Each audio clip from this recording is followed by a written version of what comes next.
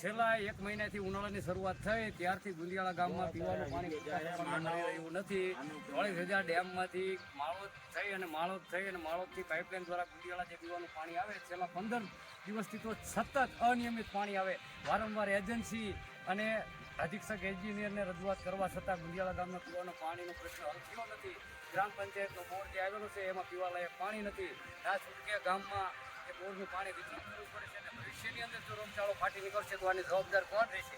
એટલા માટે થઈ અને આજે જ્યારે નાયબ કાર્યપાલક ઇજનેર અધિક્ષક ઇજનેર ને અમે રજૂઆત કરવા ગયા તો એથી એવો જવાબ આપવામાં આવે છે કે ગુંદિયાળા ગામને પૂરતા પ્રમાણમાં પાણી મળી રહે છે, પણ કોઈ અહીંયા સ્થળ ઉપર ચકાસણી કરવા આવતું નથી કે ગુંદિયાળા ગામને કેટલા પ્રમાણમાં પાણી મળે છે। 3,3200ની વસ્તી ધરાવતું ગામ છે, ઉનાળાનો સમય છે, પીવાનું પાણી મળતું નથી, એમાં ઢોરને પાવા અને વાપરવા તો ક્યાં લેવા જવું? એટલે મારી આપ સાહેબને એટલી જ નમ્ર વિનંતી છે આપના માધ્યમથી કે ગુંદિયાળા ગામનો પીવાનો પાણીનો પ્રશ્ન જલ્દીથી જલ્દી હલ થાય એવી આપ સાહેબને મારી વિનંતી છે।